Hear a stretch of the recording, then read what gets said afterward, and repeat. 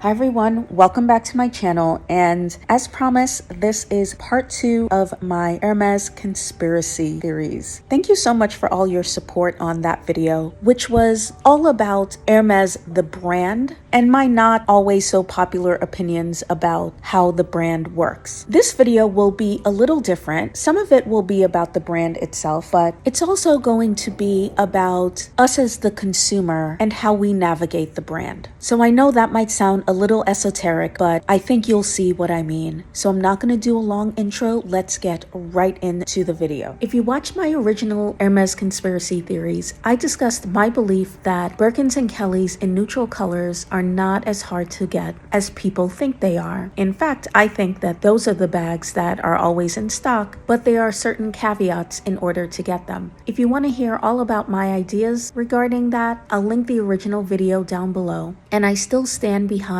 everything that I said in that video. The exception that I'm talking about right now are Birkins and Kellys in neutral colors in size 25. I do believe that other than the mini Kelly, these bags are the hardest to get from Hermes. I don't think it's just because it's in demand with relatively new Hermes customers or just because production is limited. So my first conspiracy theory is that I believe that VIP demand, rather than just simply supply and demand, which is usually the issue in getting most Hermes quota bags, is a huge contributor to why the Birkins and Kellys in size 25 are so hard to get. I don't think that a VIP or a VVIP pose any kind of competition to someone getting a black Birkin 30 with gold hardware. VIPs have done that, did it again, did it in ostrich, did it in croc. However, because the size 25 have only become super popular in the last few years, many VIPs are buying combinations that they already own in larger sizes in size 25 in all different leathers. So unlike when you request a Birkin 30 in a neutral color, I believe it's totally different than when you request these same bags in size 25, because you're not just competing with first, second, third time Hermes bag buyers, you're also competing with VIPs for the size 25 in just the regular leathers, in the classic colors. My next conspiracy theory is that I disagree with the popular notion that Hermes offered Birkins and Kellys more in 2020 with or without a prior spending history with the brand. In fact, I think due to COVID and low production, Hermes sold a lot less Birkins and Kellys in 2020 than they normally do. For months, production was at a standstill, and even when their workshops reopened, they were not able to have nearly as many craftsmen in-house as they had done in the past. So just from a productivity standpoint, there weren't enough Birkins and Kellys produced for more Birkins and Kellys to be offered. So why does there seem to be this perception that so many people got Birkin and Kelly offers in 2020, and there were a lot of people who were able to get them without any prior spending history? Well, I think perception is reality, and I think it's understandable why people would think this, for a few reasons. The first is that there was a definite uptick in YouTube unboxings for Birkins and Kellys, but that does not mean that globally Hermes sold more Birkins and Kellys. I think there are much more YouTube luxury channels, and moreover, many of those channels, along with channels that existed for years, there has been increased interest in Hermes in the last year and a half. Along with that, I think that online forums like the Purse Forum, but especially YouTube, because video is such an easily digestible format, have made the process of going into the Hermes store, talking to an essay, and eventually requesting the bags so much less intimidating. I think before people started talking about getting Birkins and Kellys from the boutique, a lot of people had no idea how to go about this. They didn't know whether or not there were still wait lists, or how and when to ask, and if you'd have to buy things or not. And now we all seem to know that there's no one clear answer. It depends on the store. But now we have people from all over the world sharing their experiences. So now, although the process may still be intimidating, people are going into stores much more confident, vaguely knowing what to expect, and armed with so much more information. Another reason that I think Hermes wasn't offering more Birkins and Kellys, but we saw more unboxings and reveals on YouTube, YouTube is that many of the unboxings that I saw from the past year were from people who live in and around big cities that before the pandemic got very decent stock, but were also very tourist driven. But people that were local to those cities no longer had to compete with tourists for the limited stock that the boutique had. So let's say you have an essay in Hawaii or Las Vegas or Mexico or New York City. A lot of the stock in those cities and countries would have gone to tourists. So even though there's limited stock at those same boutiques, the local population or people who have access to essays in those cities now have a better chance of getting a bag. So in my research, and I'm leaving out France for this, I think France is a whole other market altogether. As far as people just walking into Hermes with no purchase history and not buying anything and getting Birkins and Kellys outside of France, I believe I only watched 1 to 2 videos where that actually happened. And if you watched my original Hermes conspiracy theories video, which was long before people started speculating about Hermes offering more Birkins and Kellys, in that video I made reference to the fact that there are always those stories. For as long as Hermes has been selling Birkins and Kellys, there have been people who have gotten the bags easier than other people. And of course, that was the case in 2020 as well. Most people's unboxings that I saw had a purchase history at the store and were able to put their names down on wish lists or make the request from an essay and got the bag this way. And as I said before, when those people are in a big city and they no longer have to compete with tourists, that makes getting the bag feasible. But that is still a relatively small amount of people. But again, because there are more YouTube luxury channels and more people in general unboxing Hermes, the overall perception is that more people were offered these bags in 2020. And for the people who just walked in and got the bag and didn't spend anything, we can always speculate about why they got the bag with a zero spend. Were they from a city or country that was completely reliant on tourism? Did they get a bag in an unpopular size or color? Or maybe they were just extremely likable people. So I think we can speculate all day, but I think the truth of the matter is before 2020, there were always a few lucky people that were able to walk into Hermes and get the bag without spending, and the same is true in 2020. Until I see evidence that locations that were notoriously hard to get Birkins and Kellys from pre-pandemic are suddenly getting bags so much easier now, I'm completely unconvinced that Hermes offered more bags in 2020. So I'm still waiting for someone from, let's say, Australia, where it's been well documented that offers are hard to come by, to say that they just walked into an Hermes boutique and got offered a gold Kelly 25 with gold hardware with zero spend. If that ever happens, then I will eat my words and Hermes is just giving away Birkins and Kellys. And that segues into my next conspiracy theory, which is it's just my personal belief that people are spending a lot more money than you might think they are in order to get offered their quota bags. That's why I'm really appreciative of people that really share what they actually bought in order to get these bags. I think that information is really useful in giving people a realistic idea about what it's like to buy a Birkin or Kelly outside of France. And I hope that I have always been transparent that my particular situation with Hermes is the exception, not the rule. And I understand that that is unusual. But my overall point is that I think it is very cool to be able to say that I only bought a few things and my Birkin fairy magically made the bag of my dreams appear. I'm saying this because I love watching unboxing videos, and it seems like very few people ever say that I spent the cost of a Birkin on other accessories before I got the bag. Everyone seems to say I don't spend a lot of money at Hermes. However, if I'm a regular watcher of their channel, I probably noticed that there were Hermes accessories, shoes, belts, scarves sprinkled through their various hauls. Or I might notice that the person is wearing a piece of fine jewelry. Well, guess what, guys? I know that might only be 6 or 7 items, but that's the cost of a Birkin. So essentially that person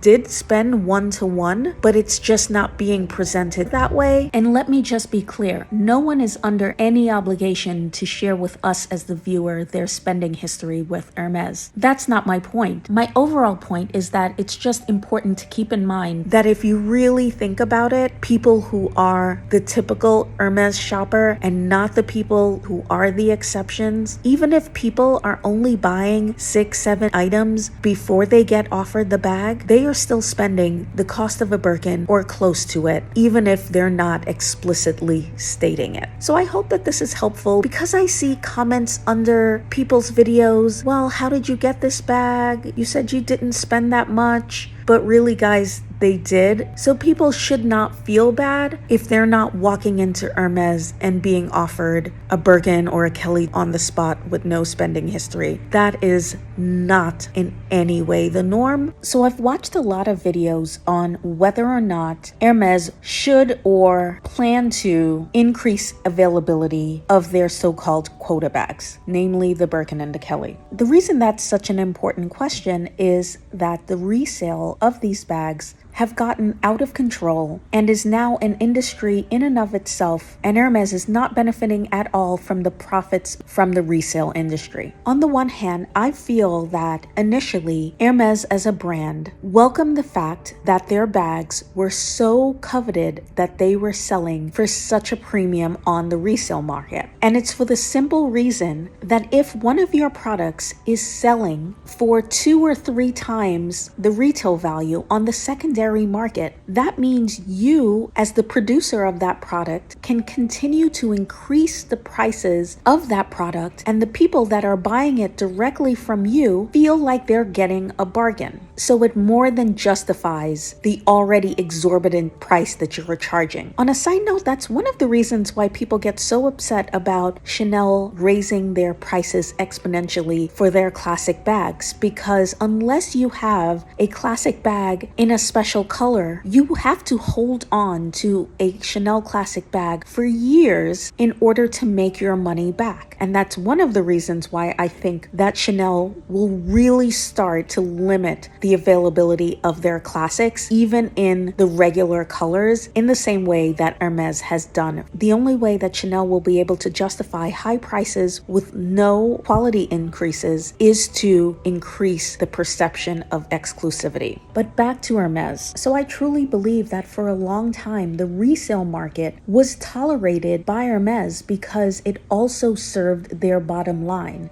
But we're at a point now that if the resale market continues at this rate, their profits will start nearing the profitability of the original companies, which is really incredible. So the question is, will Hermes attempt to retake those profits by shutting down the resale market, essentially by making their bags more available to the general public, or will they double down and continue to keep the exclusivity of their bags but go after the resale market in other ways, such as via the legal system? Well, my next conspiracy theory is one of their biggest challenges, I think, will actually be their best customers. And hear me out as I try to spell this out. I'm talking about their VIPs. Increased availability of Birkins and Kellys would be completely unwelcome by Hermes VIPs. And they would really push back against Hermes as a brand if they were to make these bags more available. And I started to think about this. This is a little story time for you. In the fall, when I was getting that red Chanel bag, I'll link that video below, but I was looking for that bag at a Chanel outside of the city in a very wealthy town. And I was waiting for an essay looking at Chanel ready to wear. And there was a woman there who was from this town, and I later learned is an avid Chanel ready to wear buyer.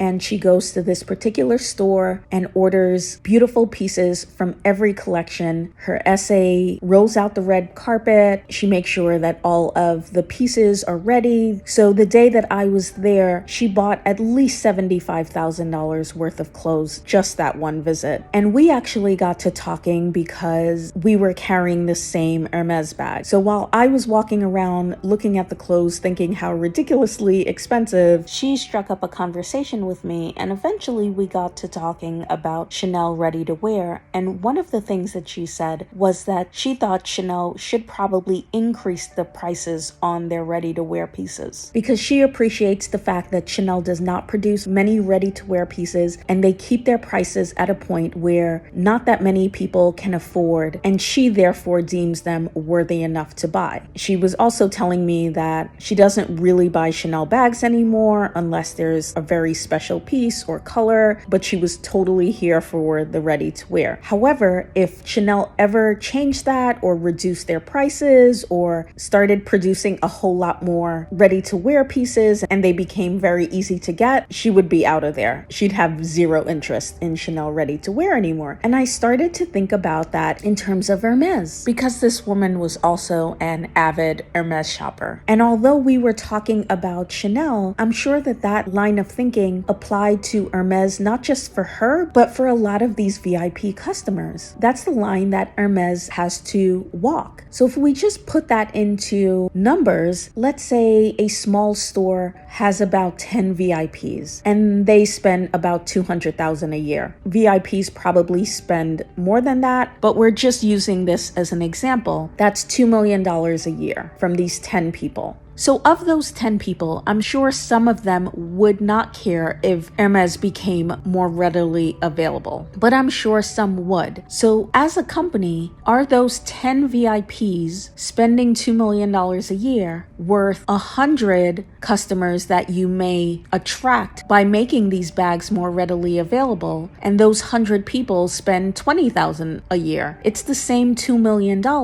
but for a company that places a lot of value in exclusivity and brand loyalty, I think that would be a very hard call to make, especially because the risk that they're taking is that in that 100 people, I'm sure there'll be a few that only really wanted the bag because of how exclusive it is. Once the exclusivity is gone, they're probably not going to be lifetime Hermes customers anyway. So I'm not sure if I have an answer. If I were a betting woman, I'd probably bet that Hermes would prefer to keep the 10 VIPs as opposed to the 100 people spending smaller amounts. Another example of this is how upset VIPs and serious collectors became when Hermes re-released the So Black Rodeo, which prior to the re-release sold for sometimes 7 to 8 times the retail value on the resale market, but now probably sells for about double the retail value, because in re-releasing them, Hermes made them more accessible, and as a result, someone like me who had been trying to find this piece for a long time but refused to pay the premium on the resale market now had a chance to get it in store. But of course, this did not make collectors very happy because that particular piece had lost its air of exclusivity. For someone like me who's not a VIP, I don't resell my bags. Resale value is not of the utmost importance to me, but for avid collectors and VIPs, that is a major selling point of why some people are investing hundreds of thousands of dollars a year in this brand. So Hermes would be taking a huge risk by changing their sales practices now, because yes, it would take out the bottom out of the resale market, because why would you go to a reseller if you could order the bag directly from Hermes? No one would do that. But then also the value of everyone's personal collections will essentially have plummeted, and they would be risking mutiny from the brand's most loyal customers. So this may be a bit controversial, but my next conspiracy theory is that everyone hates the quote-unquote Hermes game until, of course, they win a hand. And that's to say that until someone gets their first bag at the store, no one likes the idea of spending additional money that could be put towards the bag, ingratiating yourself to a sales associate, making frequent trips to the boutique, so I find that most people talk about how burdensome that process is. There are, of course, some people for whom it is a very organic process. They were buying all of these things anyway, and they just happened to get offered a bag. And then there are other people that don't love the process, but they're willing to go through it in order to get what they want, and they justify it by saying that they are buying things that they really wanted. I'm not gonna lie, sometimes I question when people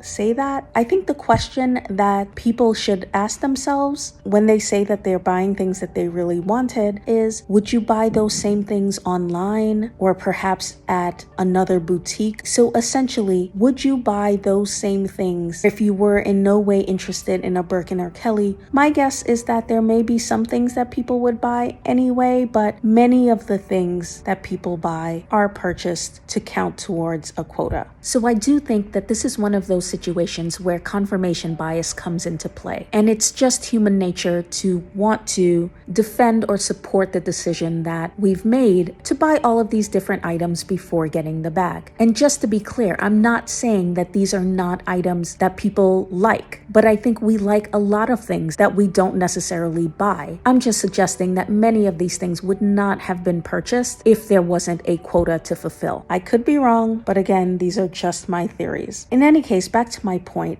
people find doing all of those things a burden until they get the bag. And then it seems like people change their stories. They've won a hand and now they have no problems with the game. Other than quality issues, which is not really a problem with Hermes, the two things that people complain the most about with luxury brands are price increases and scarcity. However, the hard truth is that those are the things that give our bags or other luxury items value. These bags are only assets because we are able to sell them, and the only reason that we're able to sell them is that there is a resale market. And the more brands increase their prices and the scarcer these bags are to get originally, the more that they're worth in resale. We can't have our cake and eat it too. So in order for our bags to have value on the secondary market, this scarcity, whether you believe it's real because of labor and materials, or whether you think that the scarcity is artificial, it is a huge contributor to why these bags are assets that can be sold if needed. So again, as much as people complain about this Hermes game, it seems like everyone hates it until they win a hand, and then suddenly people seem to get the logic. I'm not saying it's right, I'm not saying it's fair, it's just an observation and a theory that I have. So I always like to end with a fun one. My final conspiracy theory is that your essay knows that you are trying to play the Hermes game, but is completely fine with it. And this is one theory that I can say, in fact, did come from my Hermes essay. From the conversations that she and I have, but also talking to other essays, they are well aware of social media, YouTube, TikTok, Instagram, the Purse Forum. The younger essays especially are aware what their clients are saying about the brand on these social media platforms. So you're not being slick by sending your essay a cute text, random messages asking them how they're doing, pictures of you wearing that piece of fine jewelry that you hope will be the key to you getting your quota bag, or wearing the last bag you bought on your next shopping visit to show that you're not selling them. They are well aware of what all of that is about. So as I've mentioned before, my essay is a straight shooter. She kind of laughs about customers thinking that they need to do all of that because for her that is 100% not necessary. So she just finds it all amusing. The good news is that neither she nor the other essays really seem to care. And I think that's because, like I said earlier, thanks to social media, customers now have a much better idea what to expect when they go inside an Hermes store. But before this knowledge, essays had to deal with very wealthy people coming in, being extremely demanding and treating them like crap because they felt entitled to a bag, or people whining and crying or making up fake sob stories in order to inspire sympathy to get a bag. So in some ways, social media has made things easier for essays because people now know no matter how much money you have to be nice and you have to spend money. There isn't really a magic formula other than that. So essays would much rather deal with people that come in and act super sweet and buy a whole bunch of stuff than what they had to deal with in the past. So essentially, your SA